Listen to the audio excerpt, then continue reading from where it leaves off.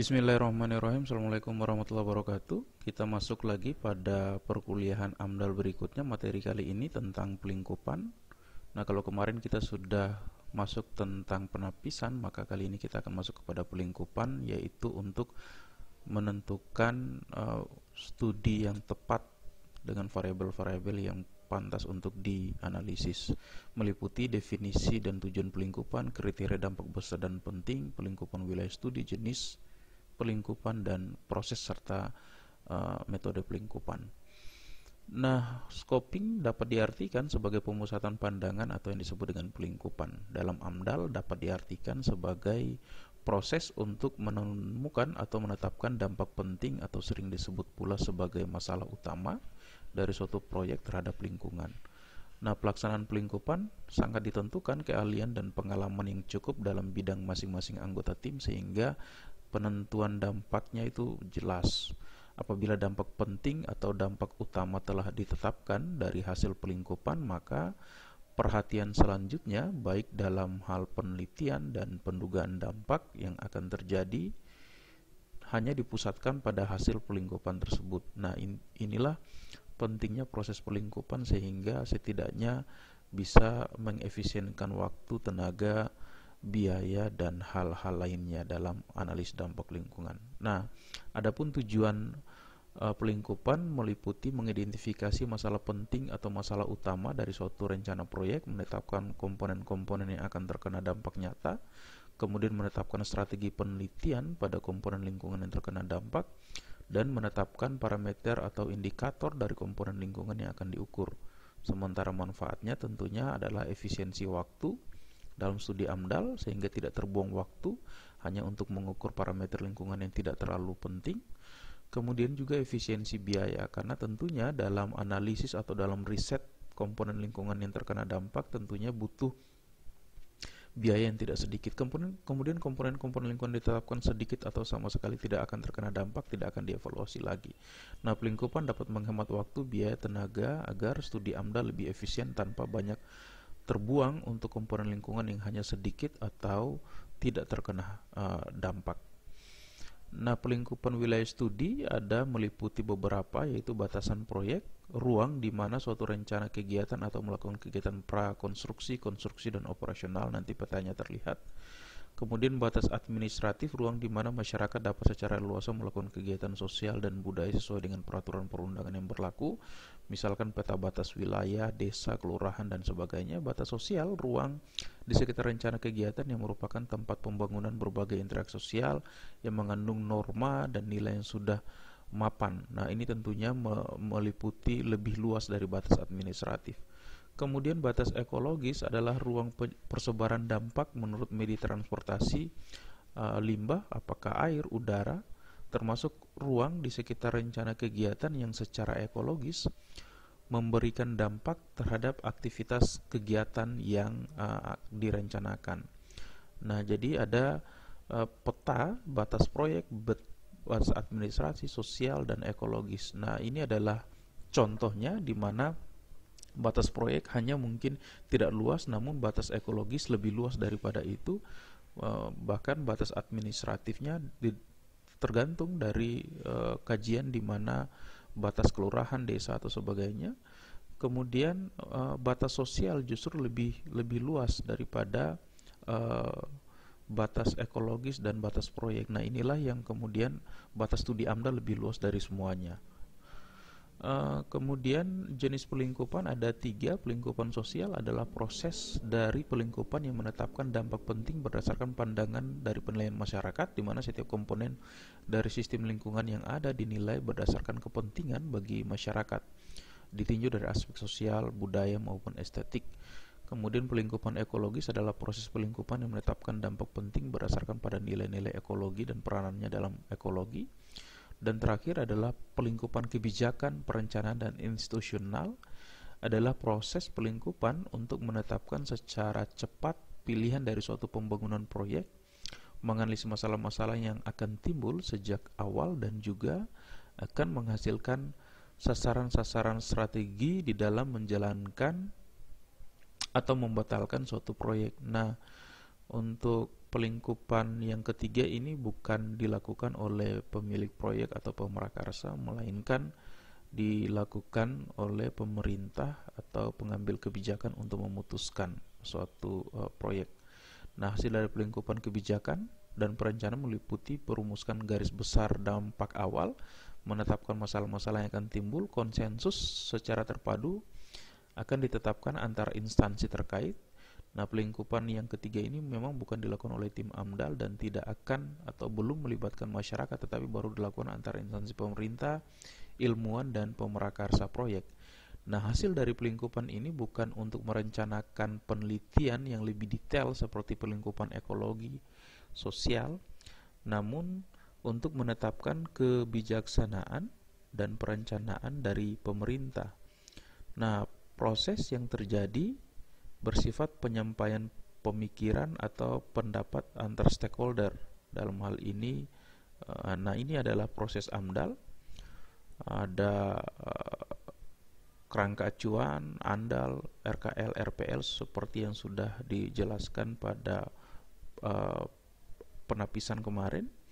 Nah, ini adalah proses pelingkupan. Ada rona awal lingkungan, kemudian identifikasi dampak proyek, kemudian ada dampak potensial, kemudian dievaluasi lagi dampak potensialnya karena tidak semuanya, kemudian dampak penting hipotetik seperti apa dari identifikasi dampak dan evaluasi dampak itu, kemudian yang terakhir adalah klasifikasi dan prioritas sehingga menghasilkan prioritas dampak penting yang nanti akan dianalisis dalam studi analisis dampak lingkungan. Jadi tidak semua variabel yang diamati yang atau diidentifikasi itu harus diukur, karena yang diukur hanyalah variabel yang benar-benar memberikan dampak penting bagi lingkungan, baik dampak ekologi, sosial, ekonomi, budaya, dan dampak-dampak lainnya.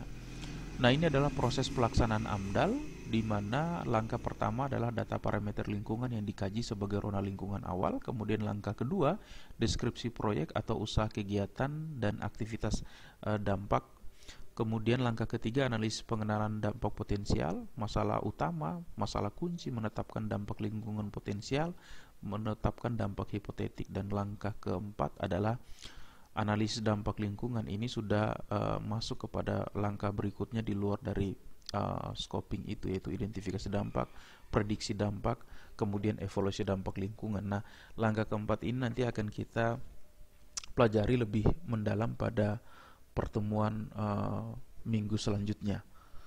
Nah, selanjutnya proses pelingkupan identifikasi yang pertama yang tadi identifikasi dampak potensial adalah kita mengidentifikasi dampak lingkungan potensial yang akan timbul tanpa memperhatikan besar kecilnya dampak, apakah positif, negatif, dan semuanya kita identifikasi. Nah, berbagai metode identifikasi dampak potensial itu bisa metode penilaian kajian kepustakaan, analisis isi, metode interaksi kelompok, rapat, lokakarya, brainstorming, termasuk konsultasi publik dengan masyarakat, metode daftar uji, kuesioner, sederhana, deskriptif, metode matriks, metode kajian bagan alir atau flowchart, metode kajian pelapisan, overlay, metode pengamatan lapangan, metode penelitian secara cepat, metode analisis jaringan kerja, dan metode-metode lainnya. Dan ini umumnya metode yang digunakan dalam identifikasi dampak potensial. Nah, hasilnya adalah daftar komponen lingkungan yang potensial terkena dampak. Artinya bahwa semua didata, baik itu dampak negatif, baik itu dampak positif, baik dampaknya besar, baik dampaknya sedang, maupun dampaknya kecil. Nah, semuanya diidentifikasi dulu. Ini tahap pertama. Semuanya diidentifikasi. Dari hasil identifikasi itu apakah dampak positif, negatif terhadap dari sisi ekologi, sosial, ekonomi, budaya, dan sebagainya. Nah, dari identifikasi, daftar identifikasi inilah baru kita masuk ke tahap yang berikutnya, yaitu evaluasi dampak potensial. Nah, evaluasi dampak potensial ini adalah meniadakan dari daftar dampak potensial komponen lingkungan yang tidak tergolong terkena dampak penting atau tidak mengalami perubahan yang mendasar, tidak besar dampaknya. Nah, rujukannya adalah pada 6 kriteria dampak penting menurut Undang-Undang Nomor 32 Tahun 2009 tentang Perlindungan dan Pengelolaan Lingkungan Hidup. Yang pertama adalah jumlah manusia yang terkena dampak, luas wilayah yang akan terkena dampak, intensitas dan lama dampak berlangsung, banyaknya komponen lingkungan yang akan terkena dampak, sifat kumulatif dampak, berbalik atau tidak berbalik dari suatu dampak. Nah, hasil dari evaluasi dampak potensial ini adalah berupa daftar komponen lingkungan potensial terkena dampak penting hipotetik.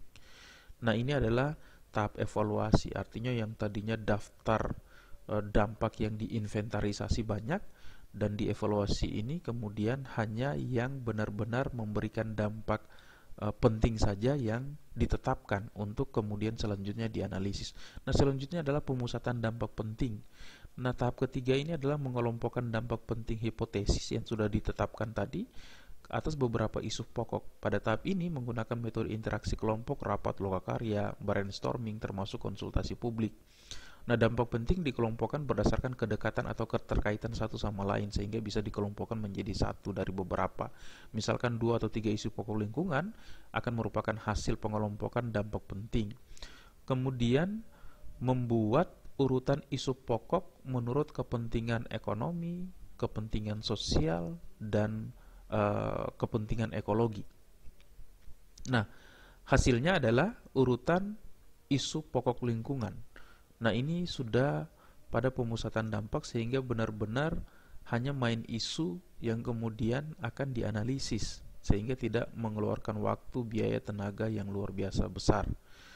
Selanjutnya ini adalah proses dalam metode pelengkupan, seperti yang ini adalah bagaimana gambar seperti yang sudah dijelaskan sebelumnya. Deskripsi rencana, rona lingkungan, kemudian identifikasi dampak, semua diidentifikasi. Kemudian evaluasi dampak potensial menjadi dampak potensial hipotetik, dan kemudian pemusatan. Langkah ketiga itu yaitu menetapkan isu pokok. Jadi isu apa saja yang kira-kira memberikan dampak besar dan penting. Nah, ini adalah kegiatan bagian alir proyek pelingkupan, misalkan proyek pembangunan, kegiatan prakonstruksi, konstruksi, dan operasional, kemudian lingkungannya fisik, kimia, hayati, sosial, dampak potensial misalkan prakonstruksi, pemukiman penduduk, keresahan masyarakat, persepsi masyarakat, konflik sosial, konstruksi, kebisingan dan getaran, perubahan kualitas udara, perubahan kualitas air, perubahan tingkat permeabilitas tanah, dan lain-lain sebagainya. Sementara pasca konstruksi atau operasional adalah perubahan kualitas udara, kebisingan, getaran, limbah padat, masalah flora dan fauna, masalah transportasi, sosial, ekonomi, dan sebagainya. Nah, kemudian dampak penting hipotetik prakonstruksi ditetapkan saja persepsi masyarakat, konflik sosial, konstruksi, kebisingan, getaran, perubahan kualitas udara, pasca konstruksi, kebisingan, getaran, dan lain sebagainya. Kemudian pemusatan isu pokoknya yang akan diteliti dalam analisis dampak lingkungan adalah persepsi masyarakat, kebisingan, perubahan kualitas air dan udara, limbah padat, kemudian perekonomian dan budaya serta perilaku masyarakat yang akan terkena dampak. Jadi itulah alir yang cukup kompleks, di mana mulai dari identifikasi dampak potensial, mengidentifikasi semua dampak, kemudian evaluasi dampak menjadi dampak hipotetik, mengelompokkannya menjadi dampak-dampak yang sudah ditetapkan berdasarkan prakonstruksi, konstruksi, dan pasca konstruksi. Kemudian ini adalah contoh. Ini contoh identifikasi komponen lingkungan dan dampak potensial. Misalkan komponen lingkungan sungai, dampak potensialnya adalah sedimentasi, kualitas air menurun, dan sebagainya. Dampak udara, kualitas udara, kesuburan tanah. Untuk tanah, kesuburan tanah. Untuk fauna, satwa liar yang dilindungi, flora, vegetasi hutan, kemudian sosial budaya, kesempatan kerja, pendapatan penduduk, kemudian kesehatan masyarakat, aksesibilitas daerah, sikap masyarakat terhadap rencana kegiatan, dan lain sebagainya. Nah, ini adalah contoh dari bagaimana kita mengidentifikasi suatu komponen pembangunan, misalkan contoh pelingkupan proyek ladang minyak. Ini adalah daftar-daftar komponen yang akan terkena dampak: sungai, udara, tanah, flora, fauna, dan sosial budaya, serta dampak-dampak potensial yang teridentifikasi. Tentunya ini masih banyak, karena ada yang besar, ada yang kecil. Kemudian kita ke pemilihan jenis dampak yang tidak perlu lagi diteliti, yang tidak perlu lagi dikaji. Maka dampak penting hipotetik yang penting untuk dikaji adalah perubahan kualitas air, perubahan kualitas udara, perubahan perikanan darat, perubahan vegetasi hutan, perubahan kesehatan kesempatan kerja, pendapatan penduduk, aksesibilitas daerah, dan perubahan sikap masyarakat terhadap rencana atau usaha atau kegiatan. Sehingga ini sudah lebih dikelompokkan menjadi isu-isu yang penting yang kira-kira dampak hipotetiknya seperti ini. Namun kemudian dampak potensial dari dampak potensial ke dampak hipotetik ini belum semuanya benar-benar dampak hipotetik ini benar-benar bisa lebih difokuskan lagi, sehingga tahap yang ketiga tentunya kita lebih ke pemusatan pandangan kita berdasarkan kajian keilmuan dari masing-masing tim AMDAL untuk bagaimana menentukan menjadi isu pokok, sehingga dampak penting tadi perubahan kualitas air itu dampak terhadap perubahan kualitas air dan perubahan perikanan darat itu dampak terhadap kualitas air dan perikanan sungai. Perubahan kualitas udara dampak terhadap kualitas udara. Perubahan vegetasi hutan, kesempatan kerja, pendapatan penduduk, aksesibilitas daerah, perubahan sikap masyarakat terhadap rencana usaha atau kegiatan itu tentunya akan memberikan dampak terhadap kesempatan berusaha, pendapatan penduduk, dan tergantung pada penangkapan ikan di sungai. Nah, ini adalah kelompok dampak penting yang kemudian menjadi main isu untuk dianalisis lebih lanjut oleh tim AMDAL melalui studi selanjutnya yang disebut dengan studi analisis dampak lingkungan atau studi ANDAL. Nah, dengan fokus pemusatan pandangan ini tentunya akan lebih efisiensi waktu, biaya, tenaga yang digunakan. Seperti itulah tahap kendali pelingkupan. Demikian apa yang bisa Bapak berikan, semoga bermanfaat. Bapak akhiri, wallahul muwafiq ila aqwamit thoriq. Wassalamualaikum warahmatullahi wabarakatuh. Kita ketemu lagi pada pertemuan-pertemuan selanjutnya.